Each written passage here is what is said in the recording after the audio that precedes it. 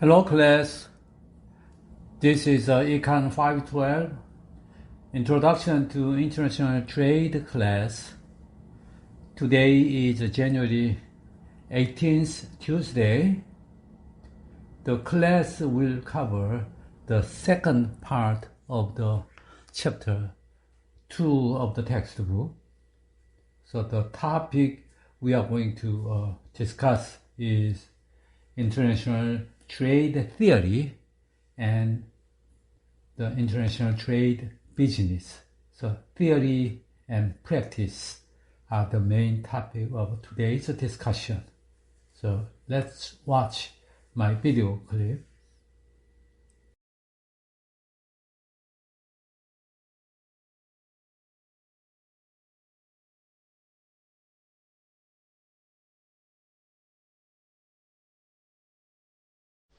Hello, welcome to Chapter 6, International Trade Theory.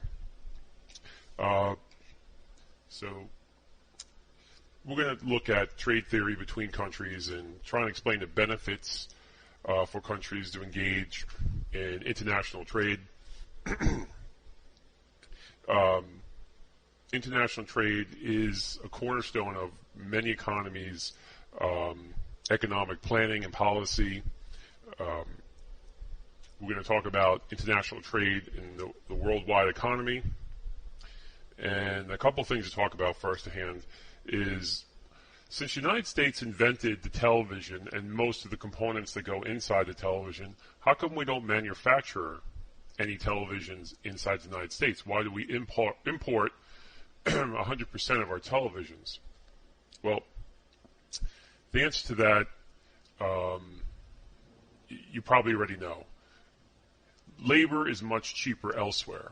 So it's much more cheaper and cost effective for a company in an area where there's cheap labor to manufacture and assemble the TV to have it imported for us to purchase.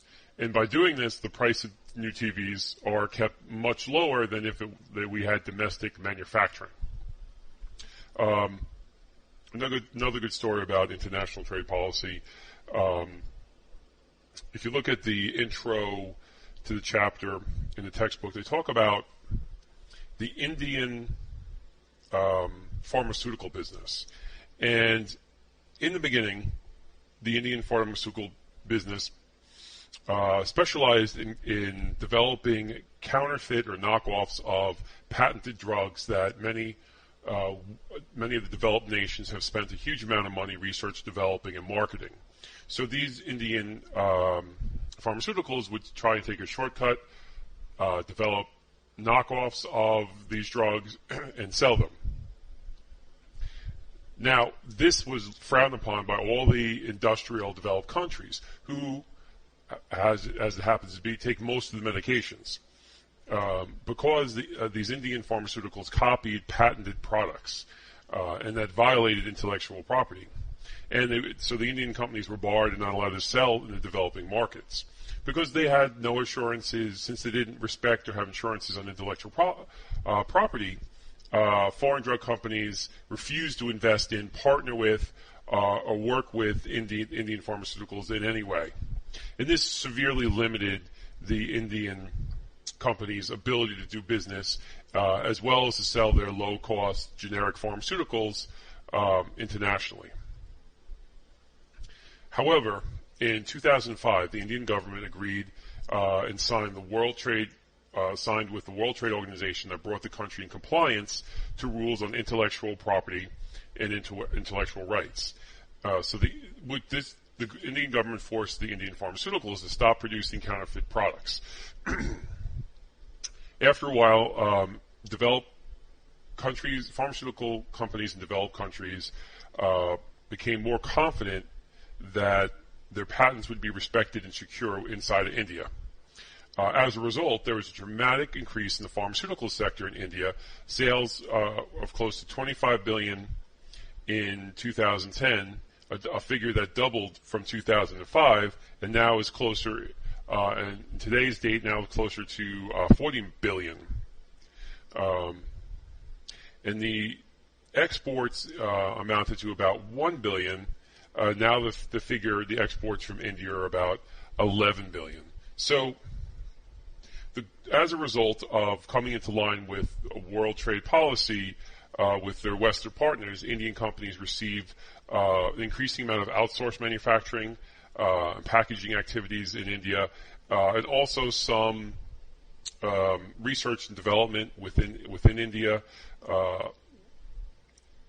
And India has a unique position where they have a large number of educated workforce that speak English very well.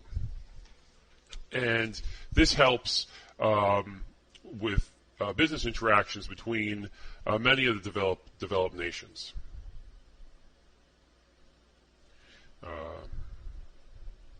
And even the U.S. Federal Drug Administration, responded to this new shift in the Indian dynamic by opening offices there to oversee manufacturing compliance and safety that's consistent with FDA standards. In the rest of the world, they like to purchase pharmaceuticals and even vitamins from American manufacturers because they perceive the FDA to be a very stringent and a very well-regulated industry, ensuring the potency and the quality of the products. So that helps to give American manufacturers a leg up. And in fact, in Long Island, there's a concentration of 4 or 5 rather large vitamin manufacturers that sell a good amount of their products overseas because of that. Okay.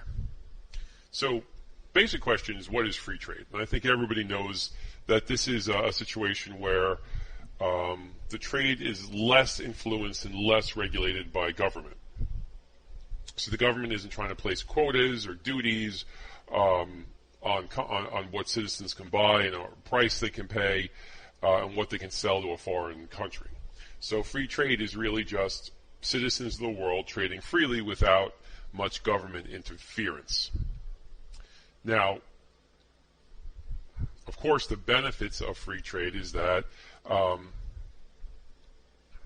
countries that have a unique specialty or a combination of unique circumstances that enable them to produce a trade and specialize in a trade, they can specialize in that trade and then sell across the world and use the proceeds from that to buy other things that can't easily trade. For example, say you were a country and you work a big-time job in Manhattan and make $200,000 a year. Does it make sense for you to take off 2 days a week to run errands and clean your house and mow your lawn and do your laundry and iron your clothes? No, because you're going to lose 2 days' pay. It makes much more sense for you to continue with your specialty in the city, making a huge amount of money, and hire some domestic help to take care of your house and your lawn and your clothes for you, so that way you could pay them and still come out ahead because you have an absolute specialty and earning income which far exceeds the money you'd save by doing things yourself 2 days a week. So think of that on a large scale, a country that's able to produce a huge amount of corn cheaply is better off selling that abroad and then using that money to buy things like coca or sugarcane that they can't easily grow within its borders. So no one country can grow everything, so world trade helps to make trade more efficient and increase everyone's well-being. Okay, so let's look at some patterns of international trade. And we'll start with Ricardo's theory of competitive advantage. And that's sort of what I was explaining with that original example I was given. But let me give you another example. Say you're a basketball player, and you have a $50 million a year or $50 million over so many years type of contract. Now, does it make sense for you to skip a game, lose $200,000 of pay, so you could stay home and mow your lawn? Or stay home and babysit your children? No, because you have, a comparative or competitive advantage in that you can play basketball so well and earn a huge salary. You're better off hiring somebody else to do that, to save you money. Now, I think that we're going to go back and talk about these Ricardo's, Heckscher, and Ray's information later in the chapter. We have slides on each of these individually. So let's talk about the new trade theory. Paul Krugman's new trade theory, and what does that mean? Well, this was developed in the 80s, was best known for new trade theory, and eventually Krugman won a Nobel Prize in 2008, and it stresses that in some cases, countries specializing in production and export of particular products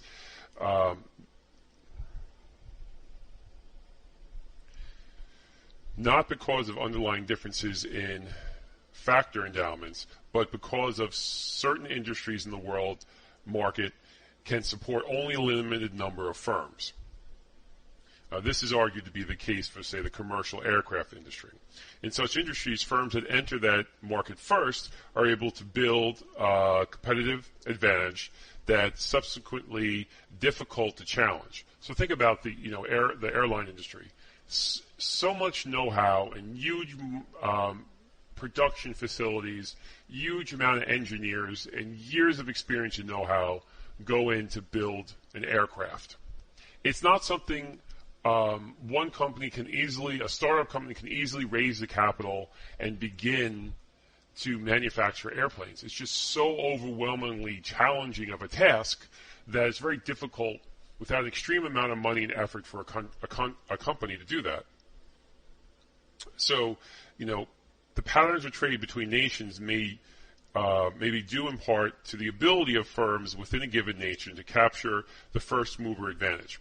So the United States is a major exporter of commercial jets because United States firms such as Boeing, even Lockheed, Grumman, Northrop, were first movers in the world market. Boeing built a competitive advantage that has secretly been difficult for other firms from countries to equally favor factors of endowment to challenge. The only company that challenged it has been Airbus, and Airbus is a company that was formed by, I believe, France, Germany, England, and utilized a significant amount of government funds to get up and running and catch up to Boeing. So that was an effort between three countries to get enough capital and know-how together, and in the beginning it was very challenged. Now Airbus is humming along quite nicely. Okay, so we could also look at Michael Porter, who's a famous management theorist, and he has what's called the country factors, and explains a nation's dominance in the production and export of certain products based on country factors. Such as domestic demand, domestic rivalry, that can help explain a nation's dominance in production of a particular item. So Porter was basically building off this theory of national competitive advantage, in an attempt to explain why particular nations achieve international success in particular industries. So he looked at that closely. We'll talk about that more later.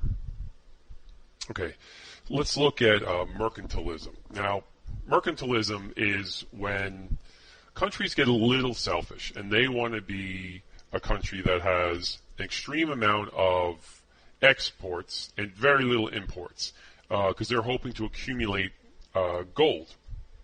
So the idea is that it's in the country's best interest to run a trade surplus so that way it can accumulate gold and silver. This is, of course, mercantilism was popular in the 1600s, although there are still some remnants of it left today. Now, Thomas Munn wrote extensively about mercantilism, and a government that is specializing in this would advocate intervention to achieve a balance of trade. Now, that would usually mean currency manipulation. And they would do what they'd have to if they had to put tariffs or quotas to maximize exports and minimize imports. Now, you could see how if every country is doing this, then they're all, in effect, shrinking world trade because they're shrinking the amount of imports they're bringing in and trying to increase the amount of exports. So if every country is putting up walls to imports, then fewer and fewer imports will get sold. So this was a failed system, and it was a system that, it's a zero-sum game. So gain by one country results in a loss by another country. So it's sort of also could be looked at as a downward scale because its overall effect is kind of shrink the world economy. In today's world, countries are often blamed for having what's called neo-mercantilistic policies and deliberately manipulating or keeping their currency low against the U.S. dollar to be able to sell more goods and services to the U.S., thus maintaining a trade surplus. Countries in the past that were accused of this was Japan and more recently China, of artificially manipulating their currency to keep it low against the dollar to help fuel exports to the U.S., which Americans would snatch up at very cheap prices.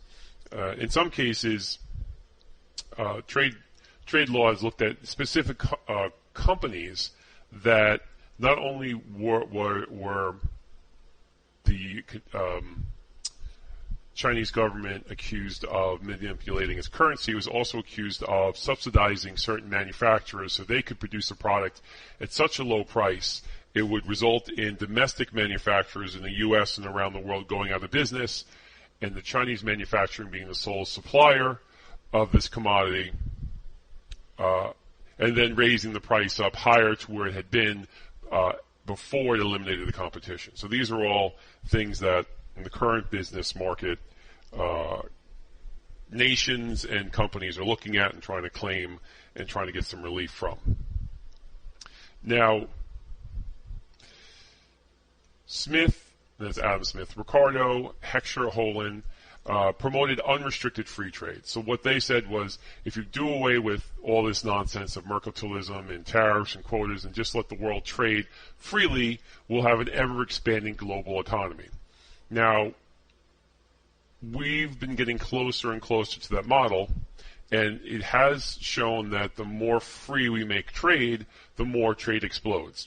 One good example can be NAFTA, a free trade agreement between the three countries of North America, and once that agreement was signed, trade between these three countries grew rather quickly, making Mexico and Canada two of the largest trading partners of the United States.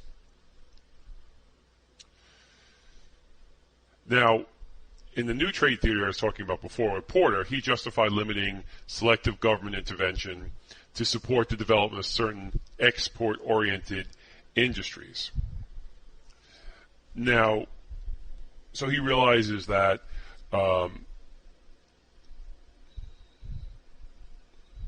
if you wanted to build a solar power or alternative energy industry within the United States or electric car industry, that the government should be there sort of to kickstart it, get it up and running and to a point where it could be self-sustaining and moving forward.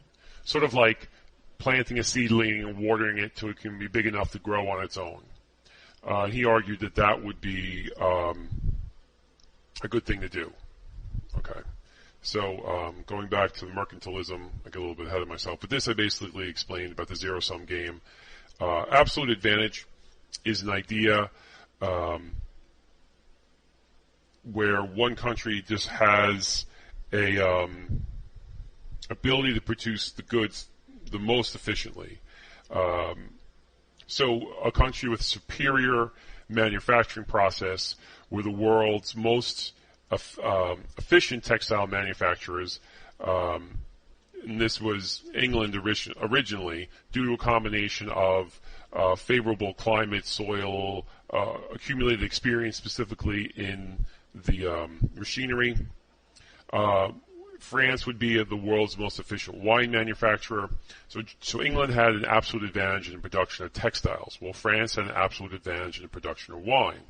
Thus, the country had an absolute advantage in the production when a product, when it's the more effective than the other country in producing it. So this is an easy concept. Some countries have just clearly an advantage to making a particular product or commodity, and other countries just don't. It would be too prohibitive or expensive, or they just can't. And in that case, they should trade. So, according to Smith, countries should specialize in the production of goods for which they have an absolute advantage, and so they should basically take advantage of it and expand it, and then trade these goods produced by other countries that they can't easily produce at home, thus making the whole world more efficient, because, instead of every single country trying to produce everything it needs, you can have the countries focus on what they do best and then trade with each other. Pretty common sense. So England can trade textiles for wine to France, and then the English can have the best wine, and the French can have the most affordable clothes. So you get that general picture. Okay. So,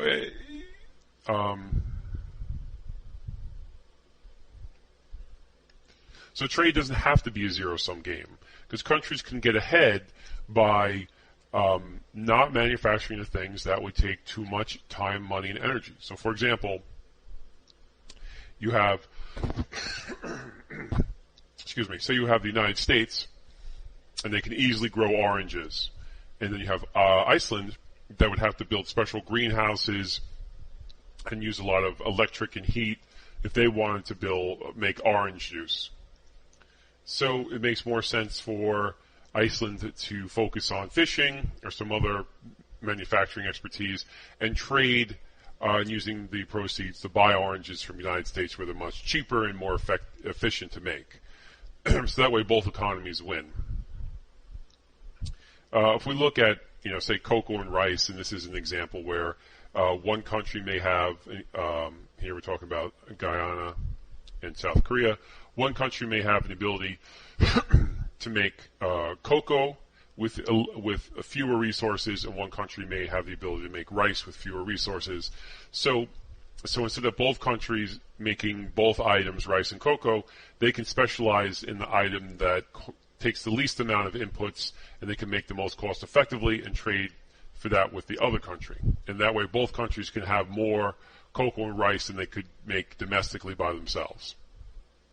And this slide is in the book, and you can kind of look at the production values, basically how resources, consumption without trade, consumption with specialization, and you can kind of see the benefit to world trade, the absolute gains from this trade. Now, a comparative advantage, this is Ricardo, which I mentioned earlier. So it happens when one country has an absolute advantage in the production of all goods. So what if a country had just the ability to make everything as the absolute advantage to everybody else in the world?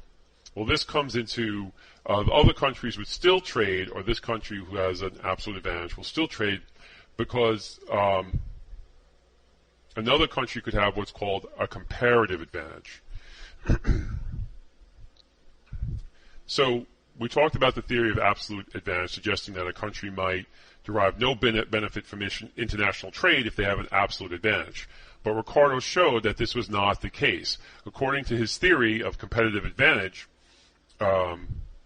it makes sense for a country to specialize in the production of these goods that it produces most effectively, and to buy the goods it produces least effectively from other countries. Even if this means buying goods from other countries that it could produce more effectively itself. while this may seem counterintuitive, the logic can be explained with a simple example. So I'm going to give you a simple example. But before I do, what they're basically saying is that even though I have an absolute advantage in making something, I have more advantage in making something else. So maybe I focus on the few items I can make at the most advantage in making, and using that to buy some other items that I have a comparative advantage in. I mean, I still have an absolute advantage in, but it still makes more sense to focus my resource in what I really do best. For example, if talking about the basketball player, he is the best basketball player. He's the best lawn cutter, child caregiver, and the best house cleaner. Now, so he has an absolute advantage in all these areas. So does that mean he should do everything? No, he should continue to do basketball full time because that's where he makes the most money at. And the other three he should hire, even though they are not going to cut his lawn or care for his kids or clean his house as well as he would. They still can do a relatively decent job. And he comes out ahead because he has everything done and still makes a huge salary without having to sacrifice any games. So that's an example. I'm going to read you another example. So we're talking before about Guyana and Korea, South Korea. So assume that Guyana is more effective in the production of cocoa and rice. That is, Guyana has an absolute advantage in production of both cocoa and rice. It can make cocoa and rice better than anybody else, and specifically better than South Korea. It takes Guyana 10 resources to produce 1 ton of cocoa and 13.5 resources to produce 1 ton of rice, thus giving it 2,000 units of resources. Guyana can produce 20 tons of cocoa, no rice, 15 tons of rice and no cocoa, or any combination.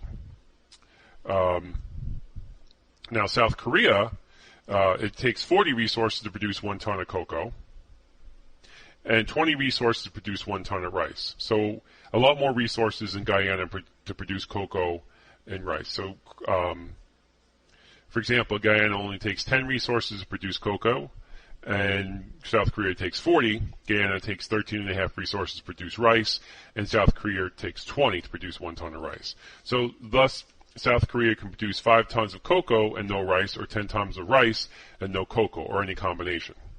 Again, assume that without trade, each country uses all of its resources and produces rice and half to produce rice and half to produce cocoa.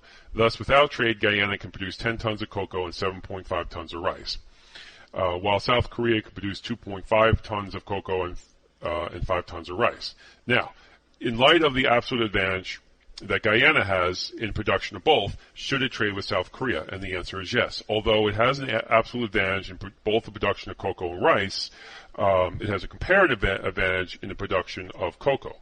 So Guyana can produce 4 times as much cocoa as South Korea, but only 1.5 times as much rice. Guyana has a comparatively more efficient at producing cocoa than it has at producing rice. So, without trade, the combination of production of cocoa would be 12.5 tons. Guyana, 10 tons in Guyana and 2.5 tons in Korea. With a combination of production of rice of about 12.5 tons, 7.5 tons from Guyana and 5 tons from South Korea. So without any trade, each country will consume what it produces. By engaging in trade, they can make more gains. So imagine that Guyana exploits his competitive advantage in production of cocoa and increases his output from 10 to 15 tons and uses 150 resources, leaving 50 units of resources for producing 3.575 tons of rice. Meanwhile, Korea specializes in production of rice, producing 10 tons, and then the combined output of both cocoa and rice now increase. Before specialization, the combined output was 12 tons of cocoa, 12.5 tons of cocoa, and 12.5 tons of rice. Now with trade, there could be 15 tons of cocoa and 13.75 tons of rice, 3.75 tons in Guyana and 10 tons in South Korea. So the source of the increase in production, you can see, I think I have that table here. Here's the table. It's also in the book. So basically, by each country focusing on what it can do best and then trading the remainder, the net pool of rice and cocoa increase, even though Guyana has an absolute advantage. Okay. So it's a positive sum game where the more this can increase the amount of world trade and reduce the costs when unrestricted free trade encourages nations to trade freely. Now, of course, this is not a perfect, a perfect example because there are some assumptions we have to make. So in this particular model, we're assuming only two countries. There are only two countries and two goods. The zero transportation costs. Price are similar, and values are similar between the two countries, between the two commodities. Resources are mobile between goods within countries and not across countries. Constant returns to scale, and fixed stock resources. So this is not true in the real world, so this is why it's a good model to talk about, but it's not 100%, can apply 100% in the real world. Okay. So let's look at some other assumptions, and suppose these assumptions are relaxed. Resources can move freely from, sorry about that, one good to another within a country. Meaning they don't have to rescale, retool, retrain. There are constant return to scale.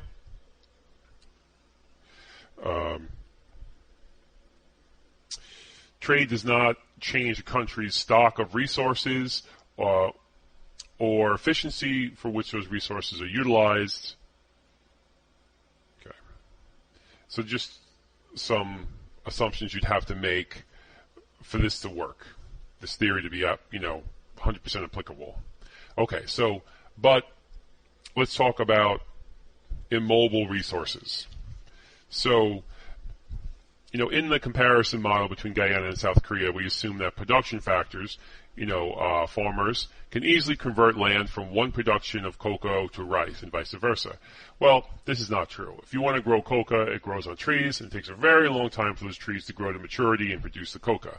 Well, rice is relatively easier crop to produce. It still needs a specific type of soil and irrigation to make rice effectively. So this is not, they're not so mobile as the example would assume. And so this could hold true for some agricultural products. Resources do not always shift quite easily, or so from producing one good to another. Even in a car, it's not easy to manufacture a good. You're in a manufacturing plant. You want to switch from trucks to sedans. It takes a significant amount of resources and time to make that transition. So diminishing returns. If we look at this, the simple comparative advantage model I laid out, developed above, assumes constant returns to specialization. So by constant returns to specialization, I mean the units of resources required to produce goods are assumed to remain constant no matter where one is on a country's, in the country or where the country is located or the production possibilities. So we're assuming that there's no change. And that's unrealistic, because it may change, depending on environmental conditions, labor and unions. Nothing's really 100%. Countries can lose their absolute advantage, or the amount of absolute advantage will change from year to year. So diminishing returns to specializations occur when units of a resource are required to produce, more units of a resource are required to produce each additional resource. So, for example, once you reach capacity of your production, you'll have to build a new plant, or you have to clear a bunch of forests and start producing new soil. So there is a problem is when you expand to a certain point, you can only expand to a certain point before it becomes more expensive. So if you're a manufacturer, you could put a second shift on, a third shift, and then if you have to build a whole new factory to double your output, now that becomes a lot more expensive than before. So that's something that, this really isn't assuming or looking. Okay, so dynamic effects in economic growth. In the simple comparative advantage model, we assume that trade does not change a company's stock of resources or the efficiency of which it utilizes those resources, because it's all dynamic. So the more you do of one thing, it changes in the cost as you scale up or scale down, and as you're integrating trained employees or laying off employees, it's not so quick and easy to move and change nimbly between production of different crops or items. It's stressful for economies, and there's a scaling up or down of the costs. So, but this static assumption assumes no allowance for dynamic change that might result from the trade. So if we relax these assumptions, it becomes apparent that opening an economy to trade is likely to generate dynamic gains of two sorts. First, free trade might increase a country's stock and resources as it increases supply of labor and capital from abroad becoming available to use within the country. For example, this has occurred in Eastern Europe since it became more independent and not under Soviet rule, with many Western nations investing a significant amount of capital in those former communist countries that increased the economic growth. And that that pays off in later years. And as free trade has allowed a country to specialize and increase the efficiency in which a country uses its resources, gains in efficiency of resource utilization could arise from a number of factors. For example, economies of large-scale production might become available to trade, expands the size of the total market available to domestic firms. Trade might make it easier for them to get better technology from abroad, to domestic firms to transfer technology, and better technology can increase its labor, productivity, and production of land, the productivity of land, et cetera, et cetera. So I think you kind of get the gist of that. Okay. Let's look at the Samuelson critique. Paul Samuelson's critique looks at what happens when a rich country, say the United States, enters into a free trade agreement with a poor country, say Mexico or China, that rapidly improves the productivity after the introduction of the free trade agreement, because there's a dynamic gain in the efficiencies in which the resources are used in the poorer country. So Samuelson's model suggests that in such cases, the lower prices that the U.S. consumers pay for goods imported from, say, China, following the introduction of free trade agreement, may not be enough to produce a net gain for the United States economy if the dynamic effect of free trade is to lower real wages in the United States. So if we're able to purchase groceries that are 20% cheaper than, say, 10 years ago, and we're able to buy textiles and clothes and electronics that are 50 to 60% cheaper, that does not make up for the fact that you used to work in a company making $60,000 a year, and now you work for Walmart making $20,000 a year. So if this free trade agreement results in an explosion of cheaper imports, that's great, because now we can afford a lot more things at a cheaper price. But if it also causes us to lose higher wage jobs and we have to shift or accept lower wages, then we're really not better off overall. So that's sort of his critique. And there's a link between trade and growth. And countries that are open to trade have higher growth rates than countries that close their economy to trade. But there are some drawbacks to opening up your economy to trade, and that could be, the biggest one, the loss of jobs or the loss of certain industries. And that can be, a real challenging thing, as the citizens of a country start really getting upset and voting for change that may close the economy to more and more future trade. So it should be noted that free trade historically has benefited rich countries proportionally more, but there's always been industries and people who have lost their jobs or areas of the country where they have had to go and lose a lot of high-paid manufacturing jobs and then have to trade down to lower-paid work. So, this is a drawback. And it's brought up a lot, and people, especially when NAFTA was around and people were talking about that, and they used to say it's a big sucking sound of all the jobs being sucked out of America and going to Mexico. But that really didn't occur to the extent that everybody was fearing. So, overall, NAFTA is looked at as a more positive experience than the negative one. Okay. So high growth rates, of course, raise income levels and living standards. So if the idea is that as the developing countries, say India, China, Mexico, they receive more jobs and more opportunity and trade starts to develop, then in time their populations will develop a middle class that make a good wage, that their wages will increase, so their products won't be as competitive, and the United States wages can again increase. But overall, the increased income of the citizens of India, China, Mexico can now afford to buy more expensive goods and luxury items that the U.S. specializes in that helps facilitate and expand job growth inside the United States. Okay. All right, so let's look at the Heckscher-Holland theory and talk about that a little bit. Now, we did talk about Ricardo's theory that stressed that comparative advantages arise from differences in productivity.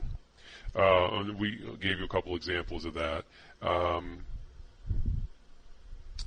Now, two Swedish economists, Heckscher and Holland, in somewhere in the 30s, put together a different explanation of comparative advantage. They argued that comparative advantage arises from differences in national factor endowments. And by factor endowments, I mean the extent in which a country is endowed with such resources as land, labor, capital. Nations have, a varying amount of endowments, and different factors of endowments explain different factors of costs. For example, in the United States, when we had an energy crunch, any production such as smelting aluminum, making steel, that required a lot of energy was not very efficient and moved to countries where they could more effectively manufacture that. Maybe this will change with the abundance of shale gas that we've been finding, lowering the overall value of natural gas. So the more abundant the factor, the lower the cost. So their theory predicts that a country will export those goods that make intensive use of factors that are locally abundant, while importing goods that make intensive use of factors that are locally scarce. For example, if we take Long Island as a sort of micro economy, here we have our real resource is a huge amount of highly trained, highly educated workforce that engineers and scientists and manufacturing experts that marketing experts and so in all areas, financial experts, we have a highly experienced and highly educated workforce.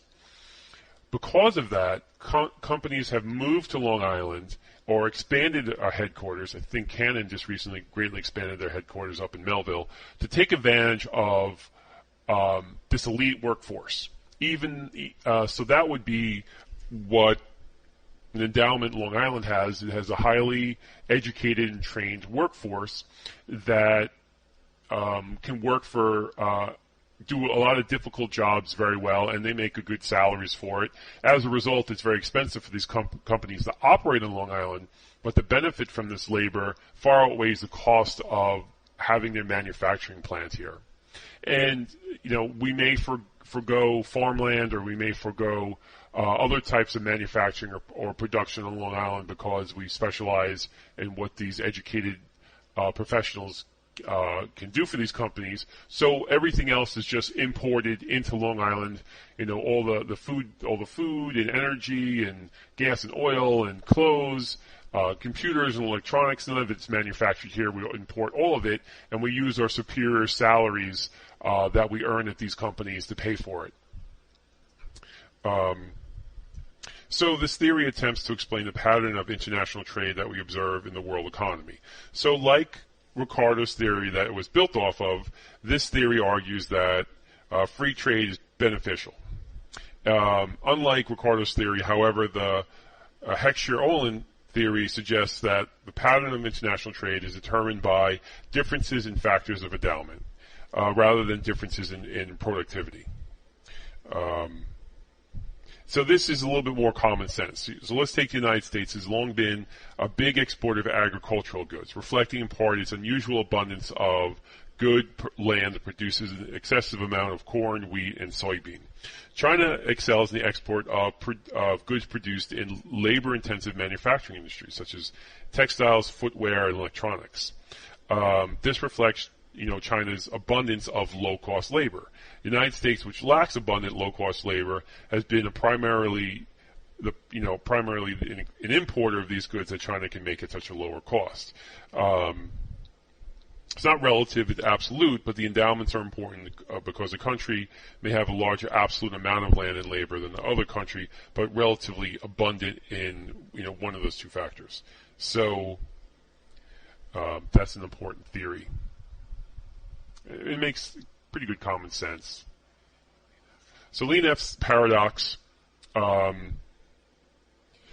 theory we were just talking about has been one of the most influential theoretical ideas in international economics. However, and most people prefer or can comprehend Heckscher-Ohlin's theory better than Ricardo's, because there's less assumptions involved to get that theory to really work. Now there is a paradox that Leneff talked about. Because the United States is relatively abundant in capital compared to other nations, capital meaning money that we can generate in stock markets and bonds to fund startup of companies, relatively easy. It's not so easy in other parts of the world. Since we have 50% of the world's capital that we could raise through our stock exchanges, we have a real absolute advantage in developing startup money for businesses. The United States would be an exporter of capital-intensive goods because we have the money to start airplane industry, auto manufacturing industry, construction, equipment and manufacturing industry, and we would be an importer of labor-intensive goods like textiles. But surprise, this paradox found that U.S. Exports were less capital-intensive than U.S. imports because the result of a variance in the predictions of the theories. This became known as this paradox. No one is really sure why this paradox exists. One example is that the United States has a special advantage in producing new products or goods made with innovative technologies. With such products may be less capital intensive than products whose technology had time to mature and become suitable for mass production. Thus, the United States may be exporting goods that heavily rely on skilled labor and innovative entrepreneurship, such as computer software, while importing heavy manufacturing products that use large amounts of capital. Now, this could I also kind of see this paradox becoming more commonplace because the capital from the United States has been able to be exported or invested in foreign direct investment in other countries. So using the United States as a capital raising base, companies have been able to move their funds overseas to manufacture these capital intensive goods that we later import back. So me personally believe that that is why, the theory broke down and suddenly we see the opposite. We should be exporting capital intensive goods, but now we're importing them. And I think the reasons for that is that we are more readily able to export the capital to invest in other countries. Is my explanation. All right. Product life cycle. This shouldn't be too new to you. The product life cycle, companies go through products go through a life cycle where, and we could look at, we could talk about a couple different products. Say the DVD player. So in the beginning life cycle, let's see. There's some examples of this. Just looking ahead to see what the slides are going to say. Maybe we developed the DVD player, and in the initial product life cycle, this is going back a number of years when everybody had VHS recorders. So we developed this DVD. So in the beginning, very few people are purchasing it. It's a new industry, and it's slow to grow. But eventually, it becomes a faster growing industry where everybody starts to switch over to DVD players, and then becomes a mature industry where most everybody has a DVD player and is just buying DVD players to replace them. Then along comes the Blu-ray player. So now it becomes a declining industry as some people are still buying DVD players, but a majority of people are starting to shift over to Blu-ray players. So this is a basic product life cycle where a product is born, it has a rapid growth, a maturity, and then it starts to decline as something replaces it. So this is going to affect trade and production depending if one company specializes in a particular product. And then, the U.S. may have dominance. They dominated the TV set manufacturing and in the early stages of TVs, and then in later stages, the maturing or declining stages before HD TVs were manufactured, production of it was shipped over to other countries. So in the product's life cycle, it may start out originated and be manufactured in the United States, and then moved overseas as it becomes a maturing to keep up with the excessive demands of production and take advantage of the ability to produce cheaper overseas. So this should be pretty common sense.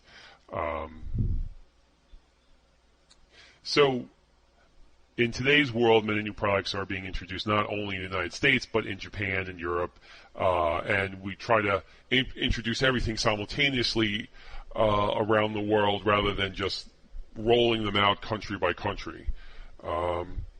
One thing that's also very interesting used to be that when a movie was made, the movie would be first run theatrically in the United States and then rolled out to Europe and the rest of the world. And it could take a full year or two before the movie has been shown in theaters around the whole world. In today's market, due to piracy, they like to roll the movies out everywhere at once. And with digital projectors, now they don't have to. It used to be that the film they used to project the movie on was so massive and so expensive that they used to take the prints once they're done with the theatrical release in the United States, take the prints, clean them up, and move them to Canada or Mexico or overseas. Now with digital projection, they don't have that expense, and then it makes it much easier for them to roll out a movie worldwide, which also helps to limit piracy, because the pirates have less time to get a copy of the new movie and start spreading it around. Okay, so if we go back to new trade theory, in the 1970s, a number of economists pointed out that the ability of a firm to attain economies of scale might have important implications for international trade. So economies of scale, which this is probably something that's not new to you as well, are unit cost reductions associated with a large-scale output. So if you're only going to manufacture 10 cars, those cars may be $200,000 a piece. But if you're going to manufacture 100,000 cars, now the cost may go down to $10,000 per vehicle, because the more you manufacture, the more you can buy in bulk, the more you can defer your fixed costs. So economies of scale, the more you make, the cheaper each cost of each product becomes. So large volume producers can utilize specialized employees and equipment, and are more productive than less specialized employees and equipment. So, practice makes perfect, and if they could really specialize and just have to manufacture this one thing, they can really optimize it. So economies of scale are a major source of cost reductions in many industries, from computer software to automobiles to pharmaceuticals, aerospace. Microsoft may, because they know they're going to sell so many units of Windows and Office, they can spread their huge fixed costs of development across all the sales they have of the software, making it the more software they sell, making it spreading these fixed costs over 1 billion copies of their software rather than 100 million makes it excessively profitable. So if one country could really gain the economies of scale, and this is really usually pretty often true in memory chips, then they can produce something far cheaper than most other manufacturers. And then they basically are going to win that market until somebody else can retool and make a facility that can make the even larger amount. Okay.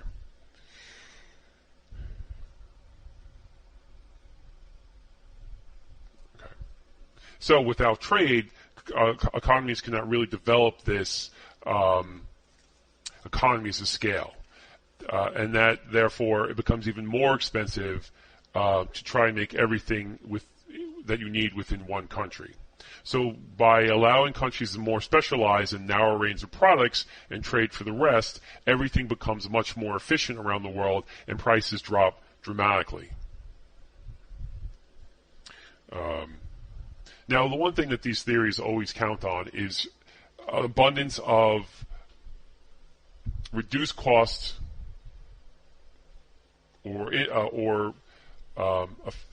cheap transport of their goods and materials. As energy increases, as we run out of energy in this planet, and it becomes more expensive, you'll see that these theories will break down a little bit, and the economies of scale won't be enough to compensate for the excessive amount of cost of delivery. So that's something I think that's up and coming. Now, the first mover advantage, this is, we talk about this in many classes, and it's the economic and strategic advantages that being the first to be inside the industry and develop the industry, and the ability to capture the economy of scale first ahead of other people. So if you can get in there and get the benefit of a lower cost structure due to this, I was the first one in the industry, so I'm making the bulk of the sales, it's going to be a barrier that prevents other competitors from coming up and really challenging you. So for those products where the economies of scale are significant and represent a substantial portion of world demand, the first mover advantages in the industry can gain a scale-based cost advantage that later competitors coming into the marketplace simply are going to find it impossible to match. So they're not going to really even try. So if you look at something like, say, the video game market, where you had Nintendo and Sony, very few companies could, because of the first mover advantage, could really come in and challenge either Sony or Nintendo in the console business. It took a company with extreme amounts of money in deep pockets like Microsoft to develop the Xbox and support it for many, many, many years at a loss to compete with those two. Many other companies before and after Microsoft have failed to be able to compete with Sony and Nintendo because of this first mover advantage that they had in those industries and brand recognition. So this could be a barrier for other countries to set up an industry and be competitive if they're slow to coming to the advantage. And right now, solar is a big area where countries are fighting to get first mover advantage, and China and Germany has made a huge amount of investments and become a clear leader in their first mover advantage in the solar industry, where the United States has fallen behind mostly due to the lack of government support of the industry. China has spent 10 times the amount of startup and investment and support for their first mover companies in solar than the United States has.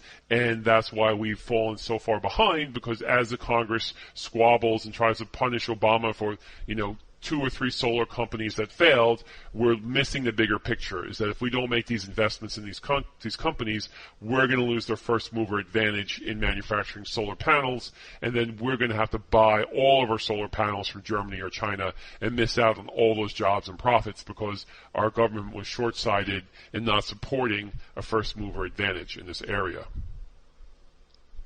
Okay, so this suggests that nations are going to benefit when they do not differ in resource endowments or technologies. A country may be predominant in the export of a good simply because it was lucky enough to have one or more firms be the first to produce it. Not that they had a real advantage in its endowments. It's just that their companies were the first to think of it, design it, and sell it, and gained a world recognition, a world brand, and an economic scale of economy advantage. Okay, this is Porter's diamond that we had mentioned earlier. Factors of endowment, firm strategy, structure and rivalry, demand condition, and related and supporting industries are all going to determine the national competitive advantage that a country is going to have. So these are the information in this diamond is what's going to really matter to development of these, to a nation's success in these international sales. So, Porter had looked at 100 different industries in 10 nations, like much of the work in the new trade theories, Porter's work was driven by a belief that existing theories of international trade told only part of the story. So Porter researched, and the essential task was to explain why a nation achieving international success in a particular industry. Why does Japan do so well in the automotive industry? Why does Swiss excel in production of precision instruments and pharmaceuticals? Why does Germany and the United States do so well in the chemical industry? And the questions cannot be answered easily by the previous trade theories we talked about earlier in this chapter. And the theory of competitive advantage offers only a partial explanation. So, since the theory of competitive advantage would say that Swiss excel in production and export of precision instruments because it uses resources very productivity in these industries, although this may be correct, it does not explain why Switzerland is more productive in this industry than Great Britain, Germany, or Spain. And Porter tried to solve this puzzle by looking at this diamond, creating this diamond. So factor endowments, of course, we talked about these. The nation's position in production of skilled labor, infrastructure in a given industry. Demand conditions look at the whole demand, the domestic demand in the industry of the product or service it's selling.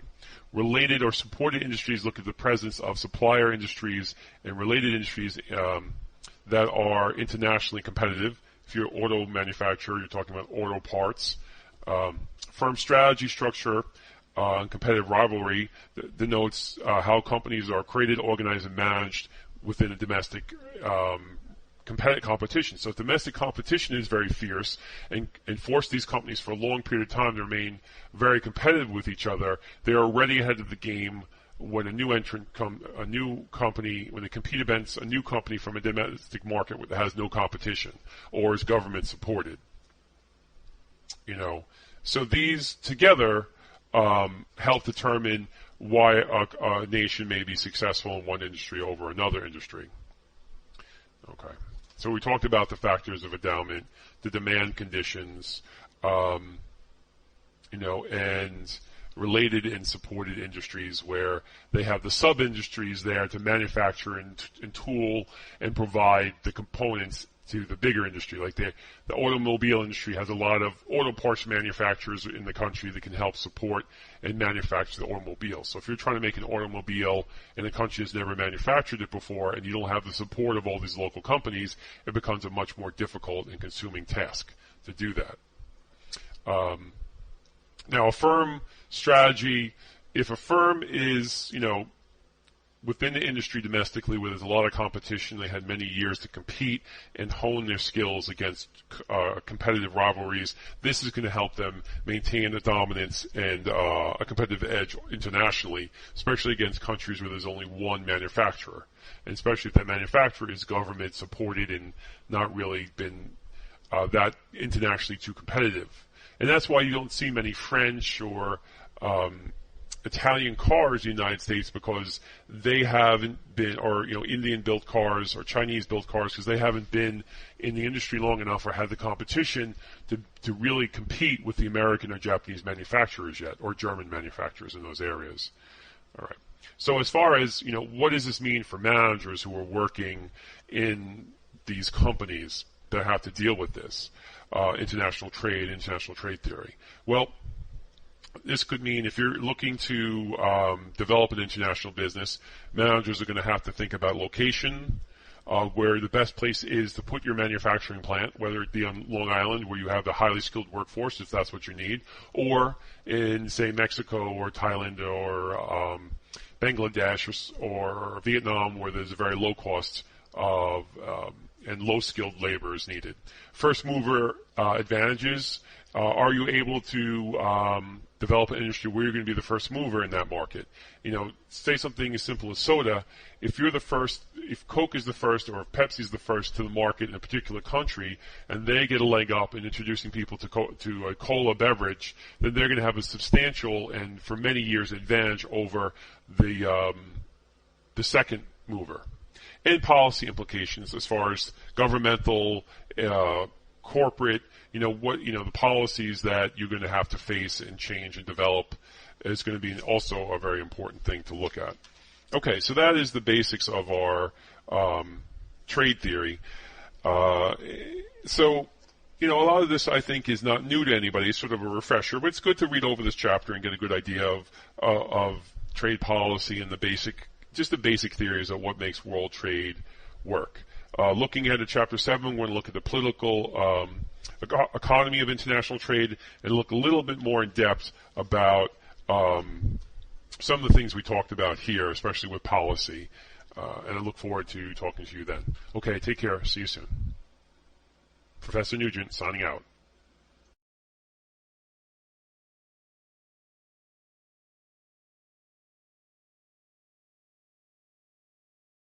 Hi guys. Welcome back to my channel, the best place for who wants to be a better player in the global market. In this video, I'm showing international trade for beginners. I think you are going to get some really good ideas. The possibilities are truly endless when it comes to building your business and be your own boss. What is international trade? International trade basically refers to the exchange of goods and services carried out between countries. It has been a part of life for centuries now. Ancient civilizations like the Greek and Roman empires carried out trade with neighboring nations. Global trade arises out of the variations in product availability in different countries of the world, as well as what is referred to as comparative advantage. In the current state of the world, technological innovations have led to globalization and made the world a borderless whole, open to all forms of trade at all possible levels. No single country can isolate itself from the whole and work towards self-sufficiency. A brief history of international trade. International trade has a very rich heritage steeped in humble beginnings. It started out with barter trade and went on to the mercantile system towards the end of the 17th century. Mercantilism basically promoted balanced trade that required the value of exports of a given country at any time to exceed that of imports in the same period. Profitability was calculated based on the difference between exports and imports and was referred to as the balance of trade surplus. This system paid particular concern to the commodities comprising international trade. On this basis, exporting finished products was considered beneficial, but exporting raw materials was frowned upon. The reverse was also true, importation of raw materials being favored over that of finished products.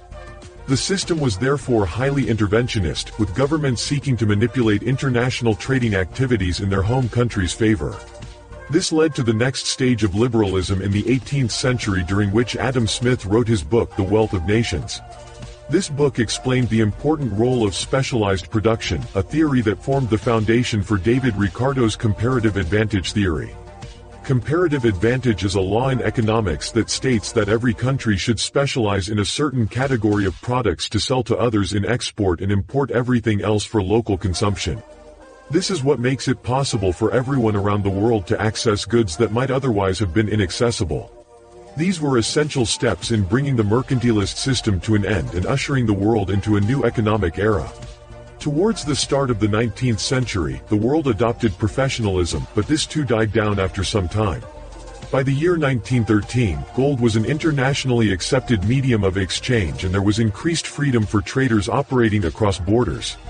Even though the First World War temporarily reversed the situation, currency fluctuations and economic recession soon got things back to normal. In 1927, the League of Nations organized the World Economic Conference and oversaw the development of the Multilateral Trade Agreement. With time, countries came to the realization that International Trade Organization regulations could not hold relevance for extended periods. This brought the rise of unique regulations and terms of trade for different countries that were updated every so often to keep up with changing trends. International trade today is fully functional, with every market still using the comparative advantage principle to choose their import and export product list. This makes it easy for traders to identify and focus on the products and services that allow them the most profitability. Unique benefits of international trade. International trade offers lots of advantages to individuals and countries as well. This is the main reason why the business has thrived over the years in spite of challenges. Let us take a look at some of the most outstanding benefits associated with it. Lower product costs. This benefit results from two major reasons. First, it is easier for manufacturers to produce goods overseas at lower prices. This is especially the case in large manufacturing zones like China, where economies of scale reduce production costs significantly. This advantage is passed on to consumers in the form of lower prices. A second way in which this is achieved is through high competition. In the past, when one company had a monopoly over a large area, they would take advantage of this and charge whatever prices they deemed fit. But in many cases today, there are numerous traders from different countries fighting to offer the best possible prices. High competition consistently brings prices down to the least possible profitable price. Efficiency in production processes. High competition also forces manufacturers to try and offer the most efficiency in their operations. Some choose to come up with new ways to produce the same products. Others opt to improve existing processes for optimal efficiency. More efficient processes usually result in lower energy consumption, decreased use of raw materials, lower labor costs, and many other advantages. This boon is again passed on to the consumer, and they get higher quality products for lower prices. This often leads to more eco-friendly processes that reduce their toll on the environment. Product variety. Climate changes and other environmental factors greatly limit the kind of food we can access during any given season.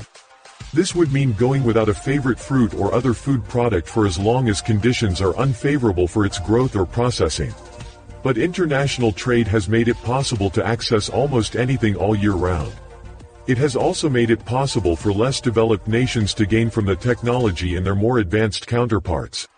This is why almost everyone in the world now has access to electronic products like cell phones, TV sets, washing machines, refrigerators, laptops, among others, regardless of their location.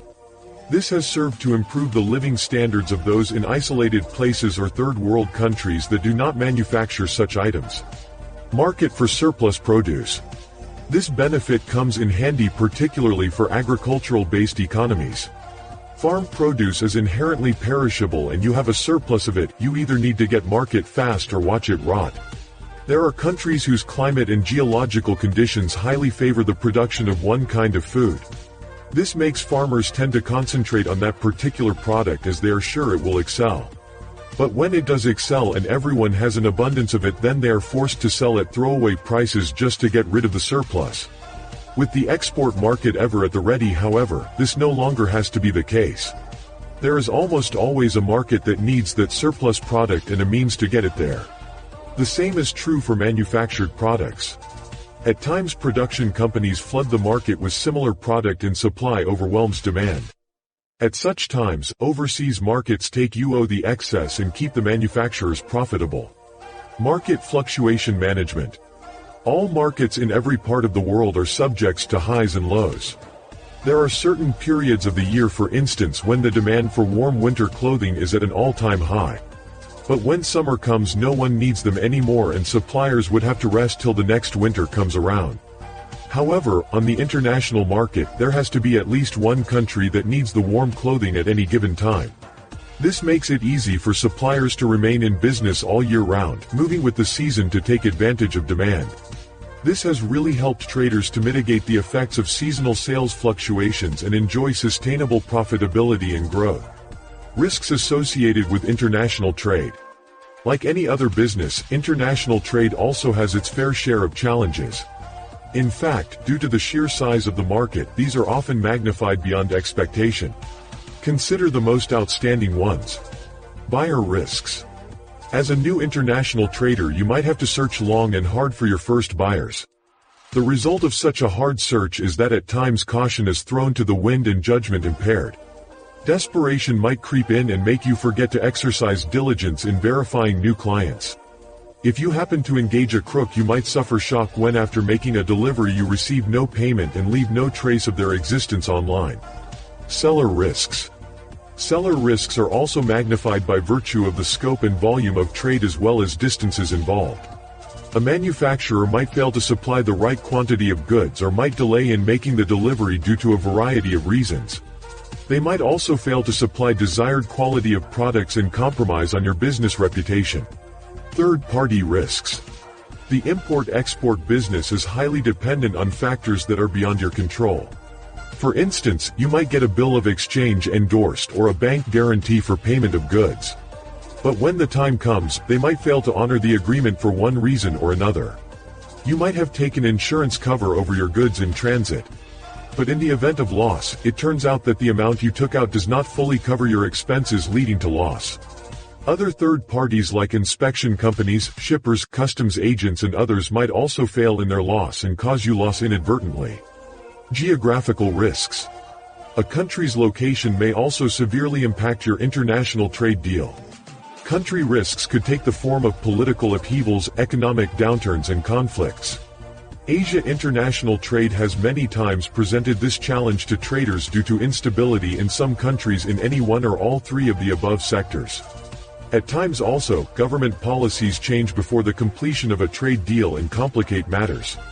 Countries with financial volatility are also subject to frequent currency fluctuations that could turn a profitable transaction into a complete loss. How to start an international business. You might have figured out the dynamics of running a local business venture. But as you can tell from the above risks, running an international operation is not for the faint of heart. The most reassuring part of it is that no business, however small, comes completely risk-free. Furthermore, most of the challenges outlined above can be surmounted. Take a look at the essential steps in setting up your import-export business that will improve your odds of success. Prepare. One of the first steps to setting up any business is adequate preparation. In this case, you need to prepare a business plan that takes into consideration your international market. This will help you to assess your needs and set objectives. Market research. Carry out foreign market research using the resources available online and at your local chamber of commerce. This will help you figure out what products would perform well in which markets and the complexities of getting there. Evaluate distribution methods. There are as many different distribution strategies as there are product varieties. Establish the most viable method of getting your products to the intended market. This could be through intermediaries like agents, distributors, or agents. You could also opt for a joint venture with a company in that market or even set up a foreign subsidiary. Regulations and legal aspects. This is often the toughest part of the international business setup process.